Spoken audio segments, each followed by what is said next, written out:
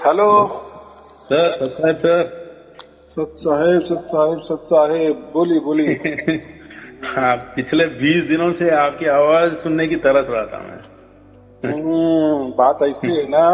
हम्म। कैसा है कि हम किसके कॉल स्वीकारते हैं जो पहले पूरे वीडियो सुनता है, बराबर।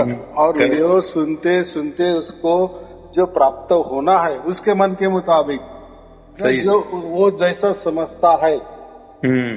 फिर उसको वो कुछ भी समझे, लेकिन हम्म। कुछ तो भी हुआ, करेक्ट। कुछ तो भी अनुभव हुआ, हाँ।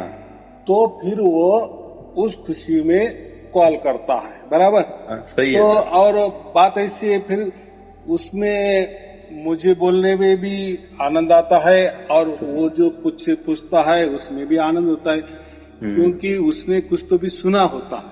अभी सही है। हम जो भी बोलते हैं या जो भी बातें होती है ये रिकॉर्डिंग होता है, और ये ऑनलाइन प्रोग्राम है। ऑनलाइन प्रोग्राम माने आप जो भी बोलेंगे या जो भी सवाल पूछेंगे, मैं सही है। जो भी जवाब दूंगा वो ऑनलाइन जाता है, बराबर। सही है। सही है सर। तो इससे क्या होता है कि जो अभी मैंने आपके लिए वक्त दिया, जो 5 मिनट 10 मिनट आधा घंटा 1 घंटा जो भी, तो वो लोगों के लिए जाता है ना।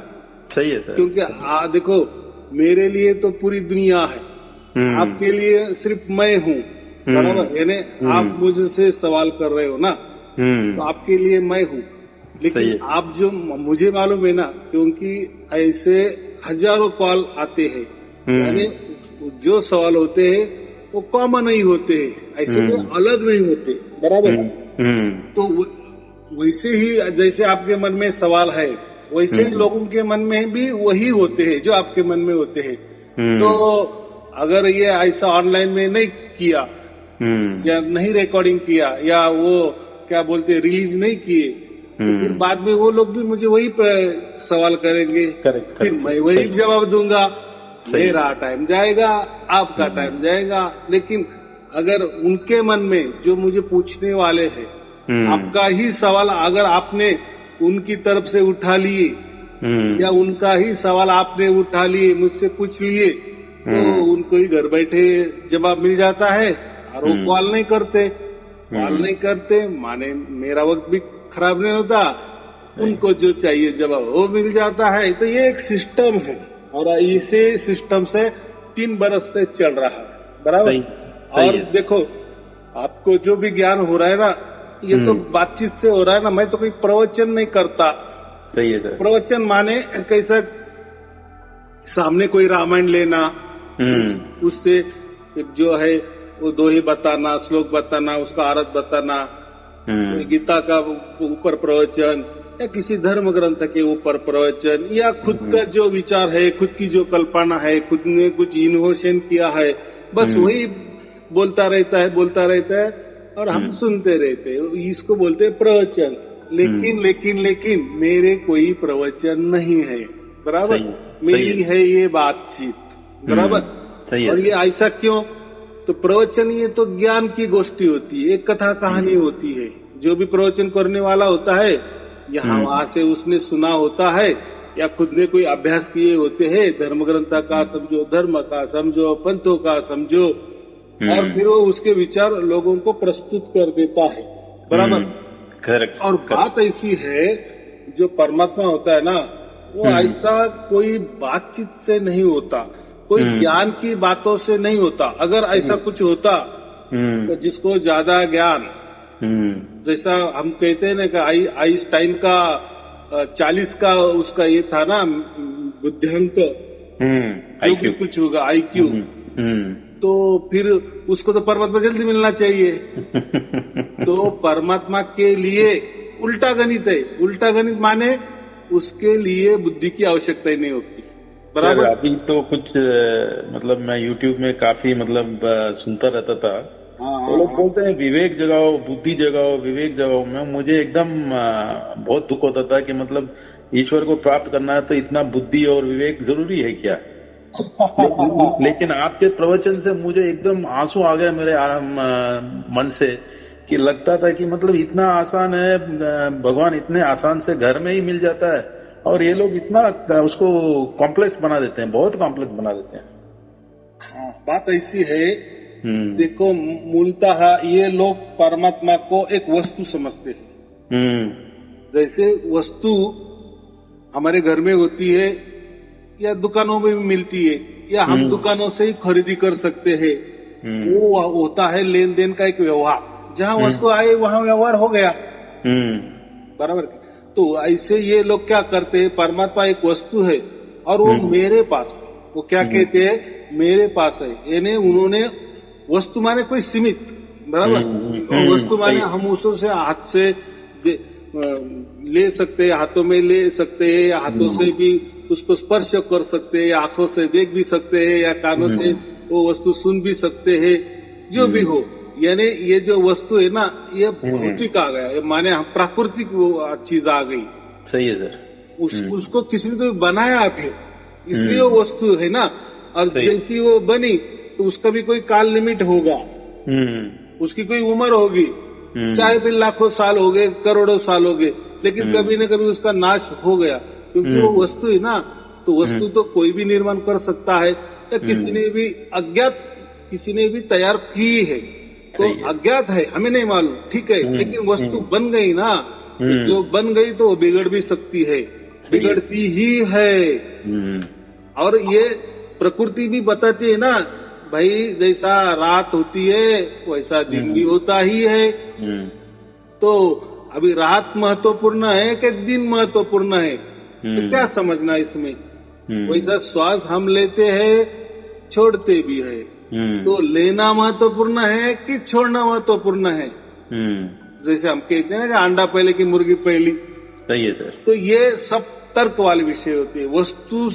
वस्तु का तर्क होता है, बराबर। ये वस्तु अच्छी है नहीं है, ये उसने ली थी, वो फलाने ने ली थी, वो अच्छी निकली थी, वो दूसरे ने, मेरे रिलेटिव ने दे, वो अच्छी नहीं निकली थी, इस कंपनी की अच्छी है, उस कंपनी के झूठी है, वगैरह वगैरह। यानी वस्तु का तर्क किया जा सकता है, लेकिन परमात्मा कोई वस्तु नहीं है, इसलिए वो तर्कों में नहीं आती। तर्क माने बुद्धि, सही है, बुद्धि से ही तर्क होता है कि नहीं।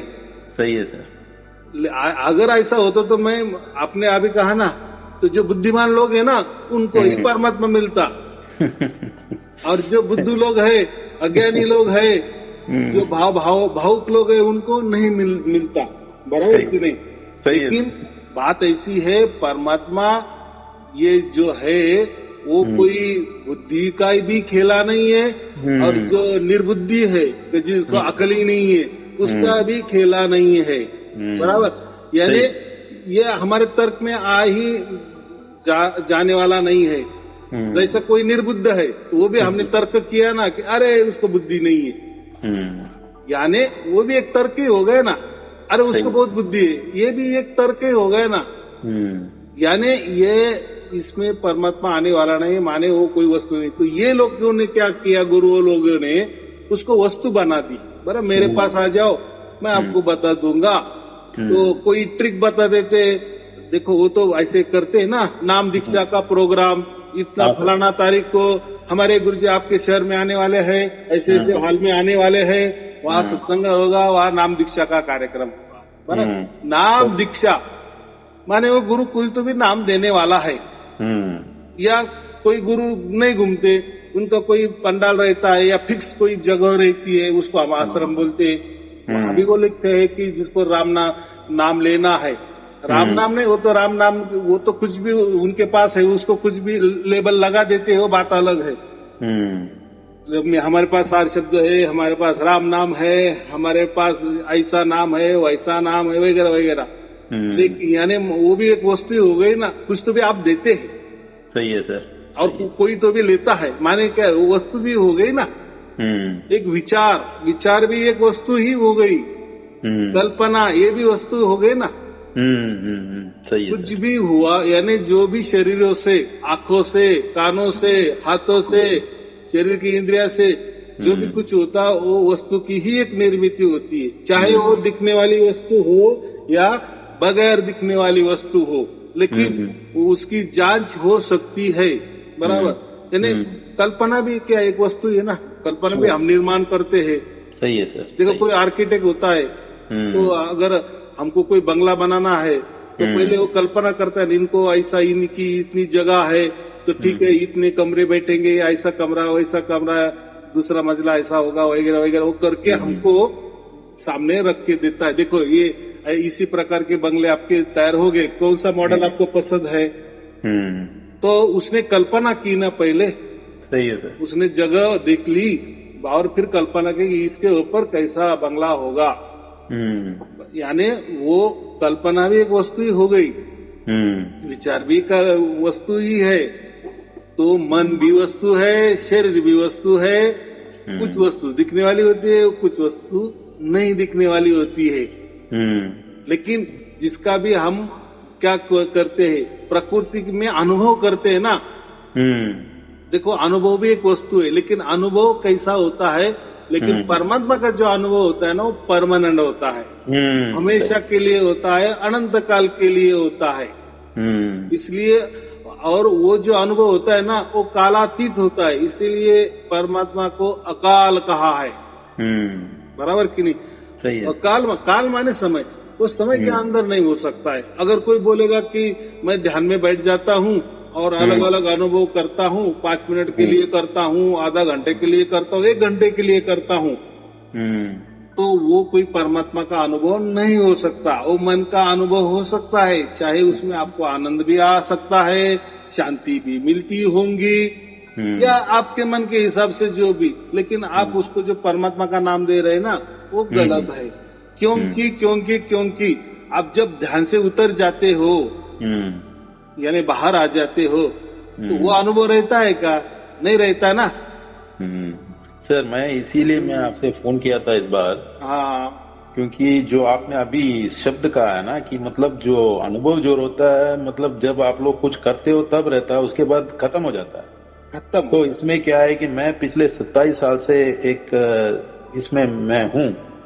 वो एक इंडोनेशिया से है, उसका नाम है सुबुद। हाँ, जो भी हो। हाँ, इसमें क्या है कि ना सर कि मतलब इसमें भी वही है जो मतलब जो आप कुछ जो बताते हैं ना कि मतलब परमात्मा जो है वो उसको मन और बुद्धि से मतलब कर नहीं सकते हैं, तो वो अलग है। उसमें ये इसमें भी उसमें कुछ है, उसकी तो वैसा ही है। लेकिन क्या है कि ना मैं इसको क्या करते हैं कि मतलब हफ्ते में आधा घंटा 2 या 3 बार से ज्यादा नहीं करना चाहिए बोलते हैं। तो वही मैं पिछले 27 साल से कर रहा हूँ। लेकिन क्या है कि ना कि मतलब वो आधा घंटा करता हूँ ना, उसके बाद फिर से एकदम नॉर्मल सी आ जाता है, फिर बाद में मजा नहीं आता है। वो उसमें कंटिन्यूटी नहीं है। जो आप बोलते हैं ना, इसमें सार शब्द मिलने के बाद जो कंटिन्यूटी है मरते दम तक, और उसके बाद भी अगर क्या होगा मुझे मालूम नहीं है, लेकिन एक कंटिन्यूटी है कि ये हमेशा के लिए है हमारे साथ। शायद मन में कितने भी प्रकार के दुख हों, लेकिन फिर भी जब आप कहते हैं, आपके प्रवचन जब मैं सुनता हूँ, वो आप जब बोलते हैं ना, मैं आनंद में ही आनंद में हूँ, तब मुझे ऐसा लगता है कि मैं क्या पापी हूँ जो मुझे अभी तक सार शब्द नहीं मिला है। तो उसका कुछ गाइडेंस कुछ दीजिए ना आप। अभी तक बात ऐसी आपने जो कहा ना कि मैं थोड़ी देर के लिए भी करता हूँ, तो आप एक पक्का ख्याल रखो, जो भी हमारे से होगा, एक क्षण के लिए भी होगा, आधा घंटे के लिए होगा, 5 मिनट के लिए होगा, या 5 घंटे के लिए, वो हमसे जो भी होता है ना, हमसे होना माने ही मन से होता है। और मन ही ये काल है, मन ही ये समय है, और समय ये है ना, तो ये आपे में ही परिवर्तनशील है। बराबर। तो परमात्मा तो वो तो परिवर्तनशील नहीं है, वो तो जैसा कि वैसा ही है, अनंत काल से वैसा ही है, और अनंत काल वैसा ही रहेगा। इसलिए हम उसको क्या कहते, स्वयंभू। वो स्वयं से ही क्या कैसा तैयार हुआ है नहीं हुआ मालूम नहीं, लेकिन बस वो स्वयंभू उसको कहते हैं। बराबर। यानी उसकी निर्मित नहीं हुई, वो जैसा कि पहले से ही वैसा है। बराबर। क्योंकि यह हमारी जो प्रकृति में ना, इसमें शुरुआत होती है, एंड होता है, मध्य होता है। लेकिन परमात्मा ये इसकी कोई शुरुआत की बात ही नहीं होती, मध्य की बात नहीं होती, और एंड की बात ही नहीं होती। बस वो उसको क्या कहते हैं हम, है में क्या आ गया, है में नहीं भी नहीं है, ये भी आ सकता है, हाँ है, ये भी आ सकता है। सही है सर। तो दोनों में आ सकता है। तो उसके लिए परमात्मा बस वो है, वो है। आप माने या ना माने, उससे क्या फर्क पड़ने वाला है। आप माने कि परमात्मा नहीं है तो क्या सचमुच में परमात्मा उसका काम छोड़ देता है कि अरे मुझे कोई मान नहीं रहा है, मैंने छोड़ दिया। या किसने मान लेगा हाँ हाँ परमात्मा है, तो वो किसी के अंदर प्रकट नहीं होता, बराबर। अरे इसने मुझे मान लिए, ऐसा नहीं होता। ये बातें नहीं होती। ये हाँ और ना में विषय नहीं है। ये आपके मानने या ना मानने से परमात्मा को कोई फर्क नहीं पड़ता, बराबर। आपने परमात्मा को गाली भी दी या उसकी मान बढ़ाई भी की, परमात्मा को कुछ फर्क नहीं पड़ता, बराबर। क्योंकि आप जो भी गाली दे रहे हो प्रकृति भी दे रहे हो, बराबर। प्रकृति का और परमात्मा का कोई वास्ता नहीं है। ये सर सही है, बराबर। जैसे कोई बिल्डर है, उसने बड़ी बिल्डिंग बना ली है और आपने उसमें से एक फ्लैट ले लिया है, बराबर। और उस फ्लैट में आप रह रहे हो, बराबर। आप चिल्ला के वो बिल्डर जो है उसको गाली दे रहे, घर बैठे चार भिंती के अंदर। तो बिल्डर को क्या समझ में आता है और क्या करना है? अभी उसने तो बेच दिया है, उसको तो आपकी गाली आप उसके पास जाएगी नहीं है। और आपने दी भी समझो तो उसको क्या लेना देना। अभी उसका व्यवहार भी हो गया, उसने फ्लैट बेच भी दिया, आपने ले भी लिया, आपने उसके कब्जे में ले भी लिया, आप वो अभी वो फ्लैट के मालिक भी हो गए। तो ऐसी बात है। तो ऐसी निर्माण तो बहुत सारे होते हैं। सही है। तो ऐसा चुटक मुटक जो बोलते हैं ना, परमात्मा के लिए हम कितनी सूक्ष्म वस्तु है। जैसे कोई हमारे पाँव के नीचे चींटी आ जाती है या हम नीचे देखते हैं तो चींटी दिखते, तो चींटी के हिसाब से हम कितने बड़े होते हैं। सही है। तो चींटी ने हमको गाली भी दे दी तो हमें समझ में आएगा क्या? नहीं आएगा ना। या हमें हमारी मान बढ़ाई भी की तो भी नहीं समझ में। वैसा ही परमात्मा ये बहुत विशाल है।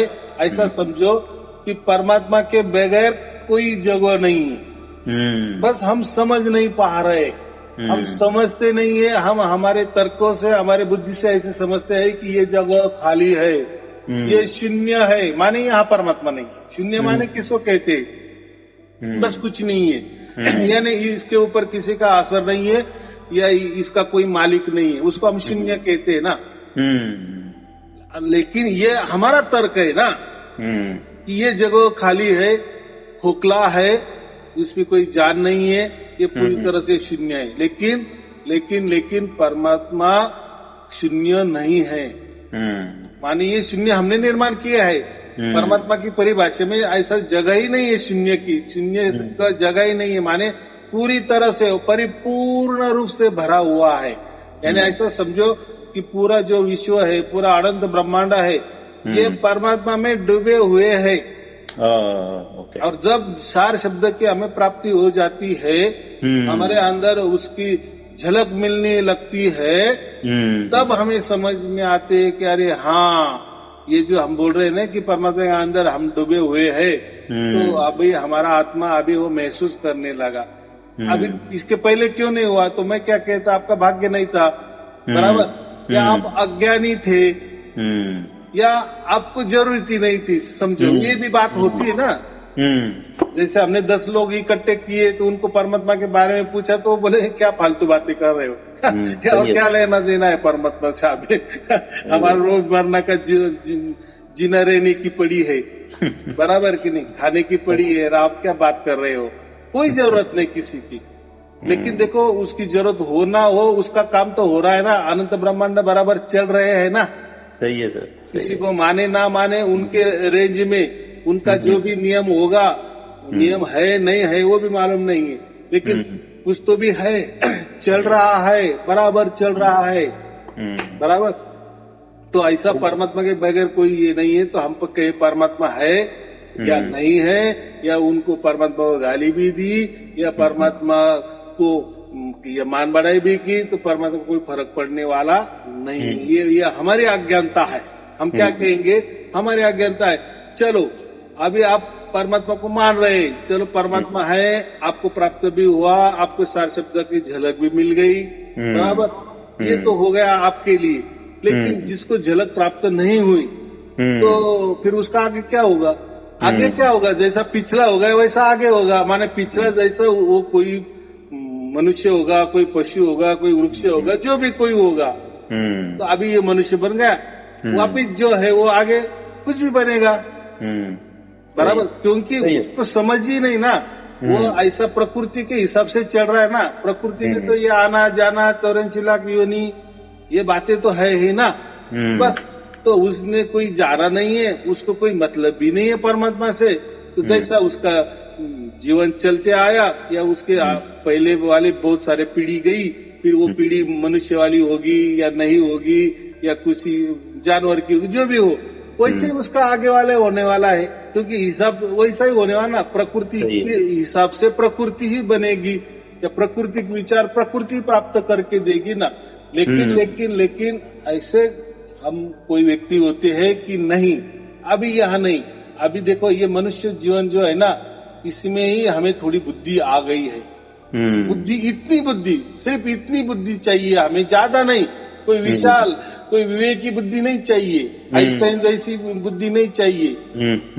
बस कि हम मनुष्य क्यों बने, हम प्राणी क्यों नहीं है, या हमारे सामने प्राणी भी दिख रहे हैं। जो भी कोई बनाने वाला होगा उसने अभी हमें मनुष्य क्यों बनाया, प्राणी क्यों नहीं बनाया, बराबर। तो जब ये हम विचार करते हैं ना, तो यही मनुष्य का जीवन जो होता है एक जंक्शन होता है। इस बाकी प्राणी तो विचार नहीं करेगा ना, कार्य मनुष्य है, मैं क्यों प्राणी बन गया, क्योंकि हम क्या कहते हैं उसको उतना बुद्धि ही नहीं होती। हाँ, प्राकृतिक बुद्धि होती है। प्राकृतिक बुद्धि माने क्या? आहार, निद्रा, भय, मैथुन, ये जो चार है ना, वो तो हर एक के पास है। जो प्राणी भी हो, मनुष्य भी हो, ये सबके पास है। लेकिन मनुष्य की एक अलग गणना है कि उसके पास आहार, निद्रा, भय, मैथुन के अलावा ये ज्ञान होता है। और वो ज्ञान का उपयोग क्या होता है? वो कोई ये संसार चलाने के लिए नहीं, संसार चलाना तो पड़ता ही है, संसार में रहना है, पापी पेट का सवाल है, बाल बच्चे पैदा करना ही है, परिवार बढ़ाना ही है, परिवार करना है, रहना है, और उसके लिए कमाना है। ये एक संसार ही हो गया, वो कोई अलग बात नहीं है। उसके लिए बुद्धि का वापर किया, वो कोई आप अलग कर रहे, ऐसा कुछ नहीं है। प्राणी मात्र भी अपने बच्चों के लिए चारा लाते हैं कि नहीं? कोई यहाँ वहां से कीड़े मकोड़े करके उनको खिलाते हैं कि नहीं? यानी वो भी संसार करते, तो हम कुछ, लेकिन ये बुद्धि संसार के लिए नहीं दी है। मनुष्य हम अलग निकले हैं, अलग विचार कर रहे हैं, तो इसका मतलब हम कौन थे और आगे क्या होने वाला है, ये जब भी हमको विचार आ जाता है ना, बस यही मनुष्य जीवन का सफल हो जाना है, बराबर तय हो जाना है। सर आपसे कि जब हमारे, आपने जैसे बोला कि अभी की एक विवेक बुद्धि थोड़ा तो चाहिए ही, क्योंकि बार बार हम लोग किसी दूसरे योनि में नहीं जाएंगे, तो हम लोगों को यहाँ से कहाँ जाना है। लेकिन ये भी प्रकृति में ही आ जाता है ना, ये जो सोच जो है आप बोल रहे हैं, वो भी प्रकृति में ही आ जाता है। जबकि हम लोग जो हैं, जब सृष्टि जब शुरू हुआ या उससे पहले जो था, हम भी अपने पिता के साथ ही थे, पर हम लोग यहाँ पे गलती से आ गए हैं। लेकिन हम लोगों को बुलाना अपने पिताजी का कर्तव्य होता है ना। फिर बाद में हमको क्यों प्रकृति का जो ये है बुद्धि या विवेक लगाना चाहिए, क्यों अपने आप बुलाता नहीं? बराबर कहा ना, ये मैं क्या कहा, थोड़ी बुद्धि, कितना कहा मैंने, ज्यादा विवेक की आइंस्टाइन जैसी बुद्धि नहीं चाहिए, ऐसा मैंने कहा, थोड़ी बुद्धि। और वो भी बुद्धि क्या क्या क्या, उससे क्या एक विचार करना है हमें कि बस हम क्यों ऐसे है, कोई हमारे में कोई विशेषता है क्या, हम कुछ तो भी बन सकते हैं। अगर हमने नहीं कुछ विचार किया तो जो है तो वो तो चलने वाला है ना प्रकृति के लिहाज से। तो इसीलिए आप जो कह रहे ना कि ये तो ये भी एक विचार ही आ गया, ये भी एक नश्वर ही है ना। हाँ नश्वर है, लेकिन देखो अगर ये मनुष्य, हम तो अलग थोड़े से बने हैं ना, तो इसमें थोड़ा हम विचार कर रहे हैं कि हम ये प्रकृति है, प्रकृति माने शरीर, शरीर माने ये जो प्राणी मात्र है ना, वो कोई आत्मा वगैरह नहीं मानते, बस शरीर को ही सब कुछ मान लेते हैं। ओके, बराबर। वैसे ही मनुष्य में सब मनुष्य ऐसे ही करते हैं ना, खुद की जीवन बचाते हैं, खुद की जान बचाते हैं, माने वो अपना शरीर को प्रोटेक्ट करते हैं कि नहीं, उसकी रक्षा करते हैं कि नहीं, माने वो खुद को शरीर ही मान रहे हैं ना। लेकिन एक अलग सा विचार कि अरे यार ये तो शरीर है, हम तो देखते हैं कि बहुत सारे लोग मर भी जाते हैं तो उनको जलाया दफनाया जाता है और फिर मिट्टी में मिल जाती है, हम भी वैसे हो जाएंगे। लेकिन नहीं, फिर मैं क्यों ऐसा विचार कर रहा हूँ, मैं अलग हूँ। नहीं, ये कुछ तो भी अलग है, मैं बोल सकता हूँ, मैं विचार भी कर रहा हूँ ना, क्योंकि ये बहुत विशाल विचार हो गए ना कि मैं अलग हूँ, शरीर से मैं अलग हूँ, यानी प्रकृति से अलग हूँ।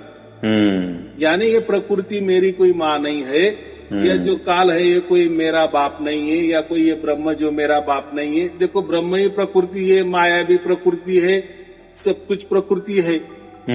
लेकिन फिर हमारा लगाव क्यों नहीं हुआ? अगर हमारा लगाव होता प्रकृति से तो फिर हम परमात्मा की बातें क्यों करना? क्यों, कुछ की जरूरत नहीं ना। हमको मालूम है कि हम ऐसे मानव बन गए, मर जाएंगे, वापिस कोई तो बन जाएंगे, क्या करना है, कुछ भी बनेंगे। ये प्रकृति के विचार आ गए ना। क्यों इतना बेकार? लेकिन जब हम ये विचार करते हैं कि हम मनुष्य बने हैं, कुछ तो भी बाकी शरीरों से, यानी बाकी प्राणियों से, कीड़े मकोड़े जो भी हो, पशु पंछी से अलग बने हैं, तो थोड़ा विचार करना है हमें, बस हम अलग है। फिर हमारा माँ बाप कौन है? बराबर। अगर हमें माँ बाप के, अगर हमको ढूंढना नहीं है तो फिर हम तो जैसे प्रकृति में आए वैसे आगे भी प्रकृति में रहेंगे, उसमें क्या? यानी वैसे हम 84 लाख योनि कहते हैं ना। लेकिन यहाँ मनुष्य जीवन में यही विचार होता है कि बस जब उसको समझता है ना कि मैं प्रकृति नहीं हूँ, मैं मन नहीं हूँ, मैं शरीर नहीं हूँ, मैं ये सबसे अलग हूँ, बराबर। ये जब समझता है कि मैं शाश्वत हूँ, मेरा नाश नहीं होता, मैं ये शरीर बदलता हूँ, इतनी बुद्धि भी आ गई ना, उसको आत्मज्ञान कहते हैं कि मैं आत्मा हूँ। ये हो गया आत्मज्ञान। आत्मज्ञान माने कोई नई बात नहीं है, कोई बहुत बड़ा विचार नहीं है। बस मैं ये शरीर नहीं हूँ, ये मैं मन नहीं हूँ, ये मैं प्रकृति नहीं हूँ। बस ये जो भी मैं आंखों से दिख रहा हूँ ये मैं नहीं हूँ, जो भी मैं कानों से सुन रहा हूँ ये मैं नहीं हूँ, मैं ये किसी में नहीं हूँ। उसको ही वेदों ने कहा है नेति नेति, नहीं मैं ये नहीं हूँ, मैंने नेति नेति, नकारते जाओ, फिर आखिर में क्या रह जाएगा? हम ही रह जाएंगे, खुद ही रह जाएंगे, स्व ही रह जाएंगे। उसको हम आत्मा कहते, बाकी कुछ नहीं। ये हो गया आत्मज्ञान। फिर अभी ये आत्मा तो समझ में आया, इसका बाप भी होगा। तो मैंने कहा ना, जब प्रकृति में थे तो हम प्रकृति को हमारे माता पिता समझते थे ना। लेकिन अभी तो हमका तो थोड़ा विचार तो अलग आ गया ना, आत्मज्ञान तो हो गया ना कि हम आत्मा है। तो फिर आत्मा का तो कोई बाप होगा कि नहीं? परमात्मा। सर एक मिनट सर, बस यही जो है ना, यही विचार जब हमारे को आता है वही हमारा भाग्य हो जाता है, उदित हो जाता है, और वही परमात्मा को समझता है। और परमात्मा जहाँ भी होगा, जिस जगह होगा, बस तुरंत उसका वो अनुभव हमें कर देता है। हो गया, मिल गया सार शब्द, उसकी अनुभूति होने लगती। इतना ये सहज है, इतना सहज है, इतना सहज है। बोलो सर। अभी क्या है कि मतलब काफी महर्षि वगैरह हुए हैं, जैसे मैं नाम तो लूंगा ही थोड़ा, एक भगवान रमन महर्षि, वो भी बोलते हैं कि मैं कौन हूँ, पर उन्होंने भी मतलब इतना आनंद प्राप्त कर लिया, उसके बाद उन्होंने मुख से कुछ बोल के किसी को कुछ गाइडेंस नहीं दिया है। वो क्या चीज है सर? वो देखो, उन्होंने कोई अलग किया ऐसा कुछ नहीं है। अब जैसे अभी वो जो विचारक है, तो ऐसे लाखों विचारक है। उन्होंने पुस्तक उनकी किताबें भी निकली है, ऐसे लाखों विचारक है। उन्होंने धर्म भी स्थापन किए, पंथ भी स्थापन किए। धर्म माने क्या है? एक विचारों का भी इकट्ठा है ना। धर्म माने क्या है? एक प्रकार का अनुशासन है ना, एक प्रकार के नियम ही है ना, बाकी कुछ नहीं। वैसा उन्होंने एक विचार रखा ना, बस मैं कौन हूँ, ऐसा ऐसा करते चलो, सबसे न करते चलो, जो भी कुछ भी बच जाएगा वो स्व होगा। स्व माने आत्मा। बस ये भी हमें समझ में आ गया है ना।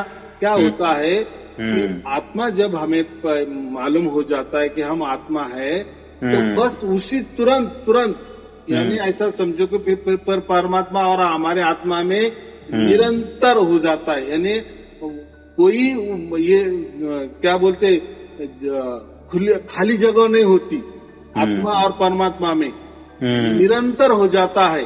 जैसे अभी आप जिस सिटी में रह रहे हो ना, और आपको किसी और जगह जाना है, और सिटी में जाना है, राज्य में जाना है, देश में जाना है, तो आप जब टिकट कटवाते हो ना, तो उसमें आपके शहर का नाम पहले आ जाएगा ना, बराबर। या आप जो भी निकलेंगे, जहाँ भी आप ट्रैवल करने वाले, तो आपके घर से ही आपका स्टार्ट होगा कि नहीं? हाँ, ये तो कितनी सहज बात है। वैसे ही आप जब परमात्मा के बारे में ये करेंगे, तो परमात्मा जो हमें पाना है, या परमात्मा हमको पाना है, ऐसा समझना। परमात्मा ही हमको पाता है। अब मैंने तो अभी कहा ना, जब भी हम खुद को ये समझते हैं कि हम आत्मा है, बस ये जब हमें अकल आ जाती है, तत्क्षण परमात्मा को ये सिग्नल जाता है, ऐसा समझो। और वो सिग्नल भी इतना फास्ट जाता है, तो जो हम कहते हैं ना प्रकाश वर्ष जो होता है, वो जो सिग्नल कितना फास्ट होता है, प्रकाश वर्ष जैसा, वैसा ही ये फास्ट जाता है। परमात्मा का सिग्नल, परमात्मा का तुरंत सिग्नल हमारे पास आ जाता है। परमात्मा का सिग्नल हमारे पास आ जाता है। वो जो सिग्नल है ना, उसको हम सार शब्द कहते हैं, उसको राम नाम कहते हैं। वो जो स्फुरन है, वो सिग्नल माने एक स्फुरन हो जाता है, एक स्पंदन हो जाता है वो, और ये हमारे आत्मा को समझ में आ जाता है। अभी आत्मा को क्यों समझ में आएगा? क्योंकि आत्मा ने उसका विचार किया ना। तो ये बात कैसे हो गई? हमारे स्व से हो गई ना। हमने जब हमको आत्मा समझ लिए, तभी परमात्मा ने हमको प्राप्त किए ना, या परमात्मा ने उसकी झलक हमें दिखाई ना, और उस झलक का हमने अनुभव किए ना। आया समझ में? लेकिन वो कहाँ से शुरुआत हो गई? हमारे से हो गई ना, इस आत्मा से हो गए ना। तो बाद में क्या हो गया? बाद में लोगों ने बस परमात्मा की जगह आत्मा को ही सब कुछ मान लिए। यानी ऐसा समझो कि मैंने अभी कहा ना कि जब आत्मा को ये समझ में आ जाता है कि बस मैं ही मैं हूँ, ये प्रकृति में मेरे अलावा कोई नहीं है, ये जब उसको समझ में आता है, यानी ये प्रकृति का मेरा कोई रिश्ता नहीं है, मेरा अलग ही रिश्ता है। तो बाप तो उसके साथ ही है ना, उसके बाजू में बैठा है ना। तो परमात्मा को पहली खबर मिलती है कि मेरे बच्चों की अकल ठिकाने आ गई। इतना ही समझता है उसको। इसलिए मैं कहता हूँ कि हमारा भाग्य जग गया। यही भाग्य होता है ना कि उसको ये समझता है कि मैं आत्मा हूँ, यानी मैं ये प्रकृति नहीं हूँ, ये मन नहीं हूँ, ये शरीर नहीं हूँ, ये जो भी मैं आंखों से दिखता हूँ ये मैं नहीं हूँ, जो भी मैं कानों से सुनता हूँ ये मैं नहीं हूँ, बस मैं एक अलग ही हूँ।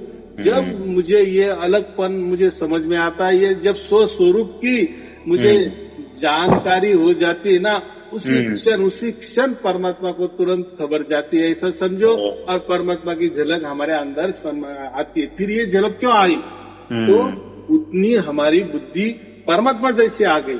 पहली प्रकृति जैसी बुद्धि थी, लेकिन हमारी बुद्धि जो हो गई आत्मा की लेवल की हो गई ना।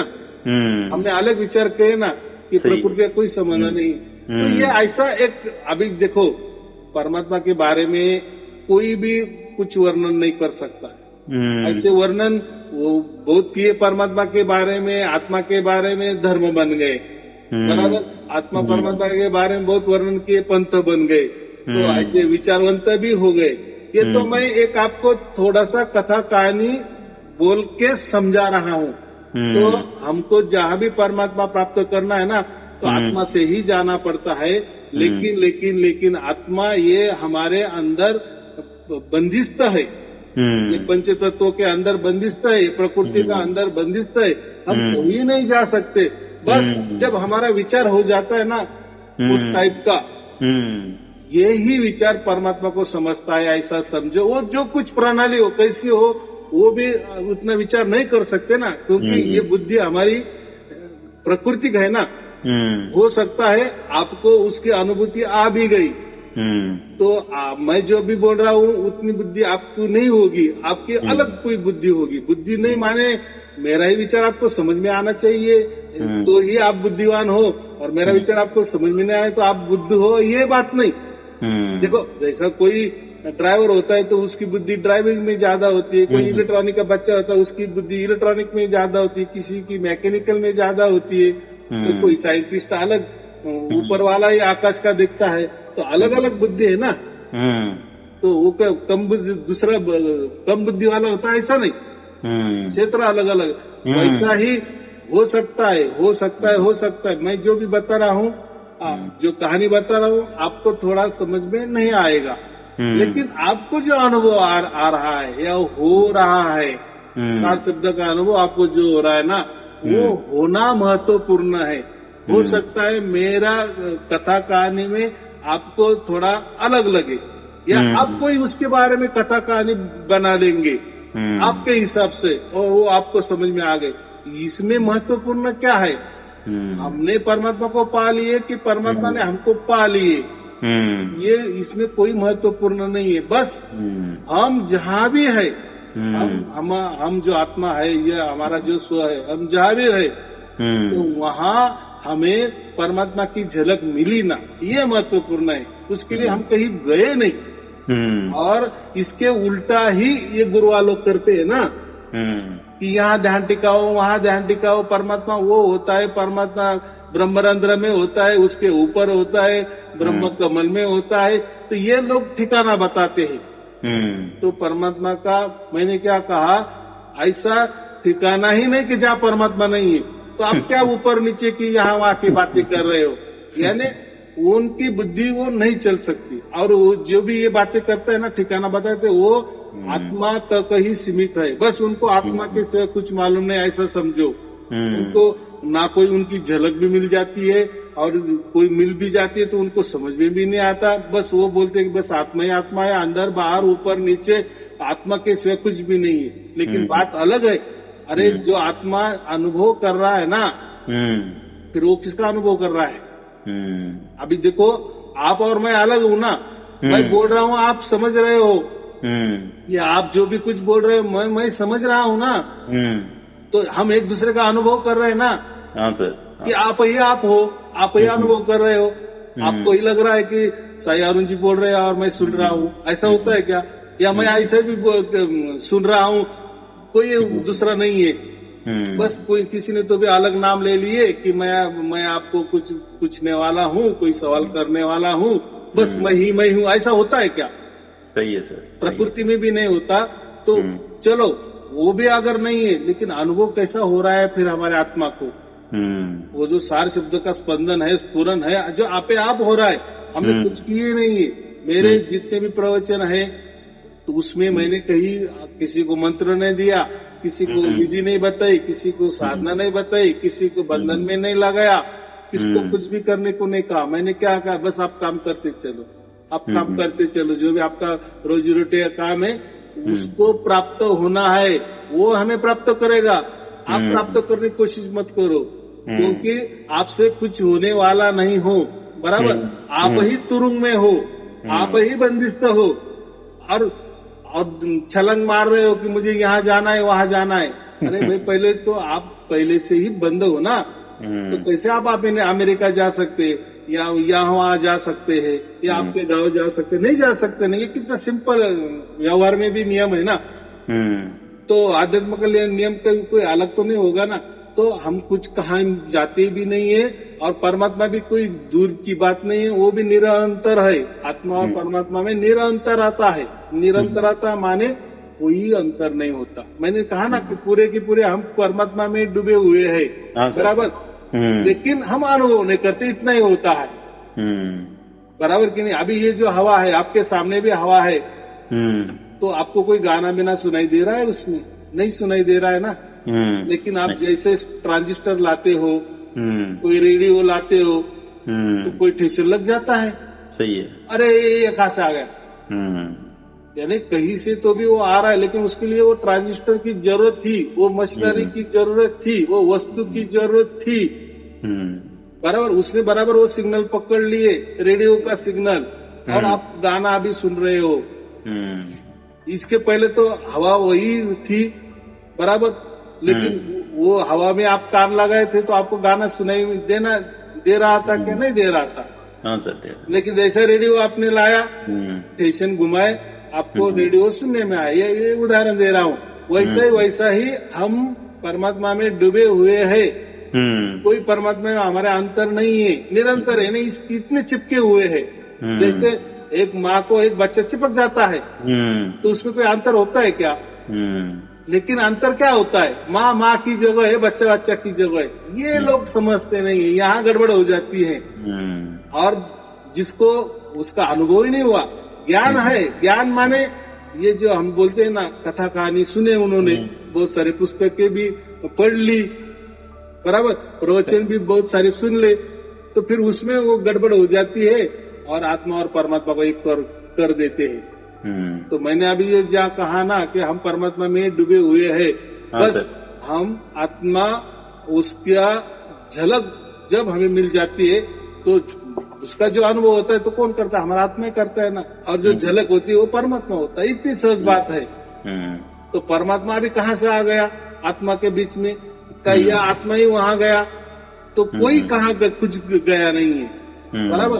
वो प्राकृतिक प्रणाली अलग होती है और ये जो आध्यात्मिक प्रणाली है, ये आत्मा परमात्मा की प्रणाली है, ये हमारे बुद्धि के परे है। तो हमें वो नहीं सोचना है, वो नहीं सोचना, हमें इतना ही आनंद में रहना है कि बस मेरा जीवन का जो ये उद्देश्य था वो पूरा हो गया, और इसके अलावा दूसरा कुछ नहीं है, कुछ नहीं है, कुछ नहीं। दूसरा क्या मिल जाता है? आप दूसरे के पास गए तो कोई मंत्र तंत्र मिलेगा, कोई साधना मिलेगी, कोई ध्यान मिलेगा, बस सब प्रकृति को होगा, बाकी कुछ नहीं होगा। लेकिन ये अनुभव क्या है? ये सब अलग और थलग है। और ये जो अनुभव है ना, इसके बारे में ही कबीर बीजक में पूरा की पूरा लिखा है, जो मेरे पास है और जो मैं सबको देता हूँ। 400 साल पहले पुराना है वो, आपने यही लिखा है, बराबर। तो इसके अलावा मैं तो कोई दूसरी बात नहीं करता। उस टाइम में कबीर साहब ने वही बातें की जो मैं वही पढ़ के आपको बता रहा हूँ, बाकी कुछ नहीं, बराबर। क्योंकि मैं जो बता रहा हूँ ना, तो अभी ये परिस्थिति का आपको उदाहरण देता हूँ। जैसे मैंने रेडियो कहा, अभी उस टाइम थोड़े रेडियो होते क्या, लेकिन वही ज्ञान मैं मेरे इस परिस्थिति में आपको बताता हूँ और वो आपको समझ में आता है। तो इसमें ज्ञान की लेन देन की कोई बात नहीं है। वो ज्ञान तो पंडालों में है, पुस्तकों में है, गूगल में सर्च किए तो ज्ञान मिलेगा, लेकिन प्रैक्टिकली ज्ञान नहीं मिलेगा। ये आपको क्या हो गया? प्रैक्टिकली ज्ञान मिला। और उसके लिए आपने क्या किए? कुछ किए नहीं, बस मेरे प्रवचन सुनते थे। तो ये प्रवचन सुनते आपको क्या होता है? आपकी बुद्धि विशाल हो जाती है, यानी जहां बुद्धि पहुंचनी चाहिए वहां पहुंच जाती है, या जो विचार करना चाहिए वो कर लेती है।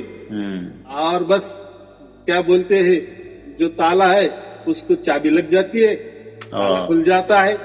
कितनी सहज बात है, उसके लिए कुछ करने की जरूरत नहीं। क्या हुआ कि मतलब पिछले 2 साल से एक मृत्यु का भय आ गया था।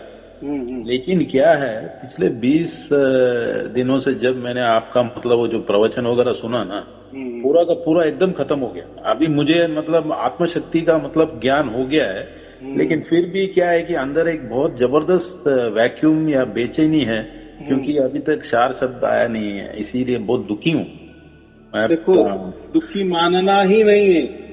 आप कोई अलग प्राप्त नहीं कर रहे हो, जो है ही बस। जैसे कहते हैं ना कि हमारे घर में हमने कहा तो भी पैसे रख दिए और भूल गए, और पूछ रहे पत्नी को, बच्चे को, अरे तूने पैसे देखा क्या? मैंने तो घर में लाए थे, इतना मुझे बराबर, मैंने कहीं तो भी रखे, ये भी मुझे मालूम है, मैंने कोई खर्चा नहीं किए। तो घर वाले क्या कहते? थोड़ा ढूंढो, थोड़ा विचार करो, कोई ज्यादा विचार नहीं करना। कोई आपको पृथ्वी घूमना नहीं है कि तुम्हारे पैसे कहाँ तुमने छिपाए या कहाँ भूल गए, है घर में ही है। 10 बाय 10 का कमरा है, उसमें कहीं तो भी हो गए। ठीक है, अभी ख्याल नहीं आया, थोड़ी देर के बाद ख्याल आ जाएगा। याद आ जाएगा। तो ये ऐसी बात है। ठीक है। तो कोई जाता नहीं। तो अभी आप उसकी चिंता नहीं करना। अभी आपको क्या करना है, आपने इतने प्रवचन सुने ना, तो मेरे 1000 प्रवचन है, बराबर। तो बहुत सारे लोगों को 5 प्रवचन में मिलता है, किसी को 50 में मिलता है, किसी को 100 में मिलता है, किसी को 200 में मिल जाता है। लेकिन होता ही है, ये हजारों लाखों लोग ऑनलाइन में बता रहे हैं ना। देखो मेरे ऑनलाइन में जो प्रवचन है उसमें जिसको प्राप्ति नहीं हुई उसके भी प्रवचन है, जिनको प्राप्ति हो गई उनके भी प्रवचन है, जो थोड़े से उलझे हुए हैं, कभी हो रही है कभी नहीं हो रही, वो उसके भी प्रवचन है। तो क्या होता है, मैं तो बोला कि आपको होगी, तो आप जैसे जैसे प्रवचन सुनते जाएंगे वैसे आप शुद्ध पवित्र बनते जाएंगे। अभी वो शुद्ध पवित्र का क्या मामला है, उसके कोई नियम है क्या, कैसे हम शुद्ध पवित्र बनते हैं, तो उसके कोई नियम नहीं। शुद्ध पवित्र बनने माने वो कुछ जो भी प्रणाली वो परमात्मा जाने और हमारा आत्मा जाने, वो उसमें हमें नहीं जाना है, बस सुनते जाना है। आप ऑटोमेटिक जो है शुद्ध पवित्र बनेगा और वो झलकियां आने शुरू हो जाएंगी, बराबर। हो सकता है आपको 500 प्रवचन में भी आ सकता है, लेकिन हार नहीं मानना। जब तक पूरा हो नहीं जाते ना तब तक ये हो जाएगा। सबको हो गया, आपको क्यों नहीं होगा। ठीक है सर, थैंक यू। हाँ, ये बात होती है। इसको हम क्या कहते हैं, थोड़ा विश्वास रखो। और ये कोई अंधा विश्वास नहीं ना। सही है सर, सही है, बिल्कुल। आपको कुछ मैं करने को नहीं बोल रहा, आपको कोई खर्चा भी नहीं करना है, कुछ करना नहीं है। और आप आपका काम करते चलो, बस थोड़ा टाइम निकालते 1-2 प्रवचन सुनते चलो और वो पूरे करो, बस हो गया काम आपका। और फिर हो जाने के बाद कभी मुझे फोन करो। चलो ठीक है, आपका और आपके परिवार के लिए शुभ आशीर्वाद। Thank you sir. आपसे और एक क्वेश्चन है सर, कि मतलब आपके जो प्रवचन जो है ना पूरा हिंदी में है। अगर कोई मतलब मैं तो तमिलनाडु का हूँ, लेकिन अगर कोई हिंदी वगैरह जानता नहीं है तो उनको कैसे सुनाऊं ये। देखो कोई आप वो काम ही मत करो। बहुत सारे अभी देखो लोग बोलते हैं आपका तो हमें ज्ञान तो समझ में आ रहा है, लेकिन कोई गूंगा बहरा अंधा होगा तो उसको कैसा सार शब्द प्राप्त होगा। तो मैं उनको यही जवाब देता हूँ, वो जो अंधा गूंगा बहरा है वो कह रहा है कि मुझे सार शब्द चाहिए, तो आप उसके ठेकेदार क्यों बन रहे हैं। भाई पहले आप तो प्राप्त करो, आपको तो हुआ नहीं। तो ये जो चमकोगिरी लोग बोलते हैं ना, हम चमकोगिरी कहते हैं हम उसको, अतरंगी, ये ऐसे सवाल उठाते। उनको कोई सार शब्द का लेना देना नहीं होता, बस उनको ऐसा सवाल रखना होता है कि अभी देखो अभी गुरुजी कैसे फंस जाएंगे मेरे इसमें। सुनाओ गुरुजी, जो अंधा है बहरा है गूंगा है उसको कैसे सार शब्द की प्राप्ति। अरे भाई मैंने किसी को सार शब्द दिया ही नहीं है, वो कोई लेने देने की वस्तु ही नहीं है, वो आप ही होता है। वो जैसा हमारा भाग्य हो जाता है या परमात्मा की कृपा हो जाती है तो मिल जाता है। सही है सर। तो मैं आपको भी नहीं दे सकता सार शब्द, और वो बेचारा जो ये है उसको मैं कैसा दे दूंगा। और वो भी जाने देना उसकी चाहत है क्या, चाहत तुझे है ना, तू पहले प्राप्त कर लेना, या तुझे हो गई तुम्हारा देखो हम अकेले आए हैं, अकेले जाने वाले हैं, अकेले का हिसाब होने वाला है।